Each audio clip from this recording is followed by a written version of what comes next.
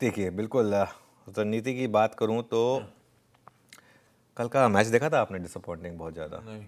India England वाला।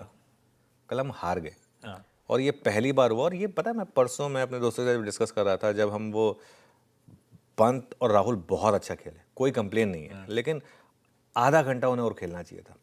वो जो हम एक ब्रेवाडो में आ गए थे ना कि बस अब हम फटाफट रन बना के और इंग्लैंड को टारगेट देंगे। पहले टेस्ट मैच को आपको सिक्योर करना होता है, उसके बाद आप जीत की तरफ बढ़ते हैं। ये क्लासिकल टेस्ट मैच का वो होता है, वो ज़बरदस्ती के वो सिर्फ वो 2 बार जो हमारे कोलैप्स हुए हम उसकी वजह से हारे। अब आप इवेंचुअली बॉलर्स को ब्लेम कर लें, जो मर्जी कर लें, लेकिन इसमें एक और चीज़ हुई, 5 सेंचुरी बनाई हमने और हम टेस्ट मैच हार गए। इतिहास में पहली बार हुआ है कि किसी टीम ने 5 सेंचुरी बनाई हो और वो मैच हार गए। कल अगर आप कमेंट्री सुन रहे थे तो सब एक चीज़ कह रहे थे, और शुभमन गिल काफ़ी इनएक्सपीरियंस्ड है, टाइम लगेगा उन्हें ऑब्वियसली, वो गेम को चेज़ कर रहे थे। मतलब फील्डर नहीं था, जहाँ पे बॉल कैच ड्रॉप हुआ अगली बॉल पे फील्डर वहाँ आ जाता था। अब बैट्समैन अगली बार थोड़ा ना वहाँ बॉल मारेगा, तो वो भी समझ जाता था कि अभी इन्होंने मेरे यहाँ लगाया तो वो उसने वो शॉट नहीं खेला। तो ये दिक्कत कल थी। शुभमन कल पूरे टाइम वो ना गेम को चेज़ कर रहे थे। जैसे ही बॉल जिस तरफ गई फील्डर वहाँ लगा दिया, तो बैट्समैन ने दूसरी तरफ शॉट मार दिया। हमारी मार्केट में यही हो रहा है, आप चेज़ कर रहे हैं ना, वो दूसरी तरफ का मूव आ रहा है। तो इस मार्केट में अगर वो आपने प्रॉपर स्लिप और प्रॉपर वो जिसे कहते हैं गली फील्डर अगर वो सब लगा के रखे होते तो वो ठीक है, 1-2 बार एडजस्ट, कभी ना कभी तो कैच होता, कैरी होता वो।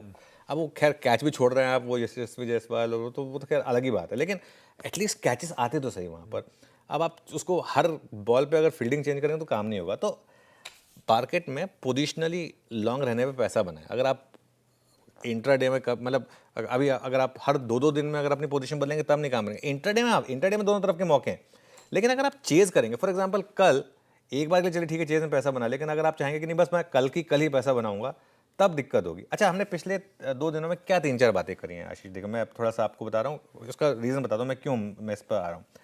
परसों से हमने एक व्यू लिया कि ओएनजीसी, ऑयल इंडिया और डिफेंस में कल की बात हुई थी कि इनमें प्रॉफिट बुकिंग करिए।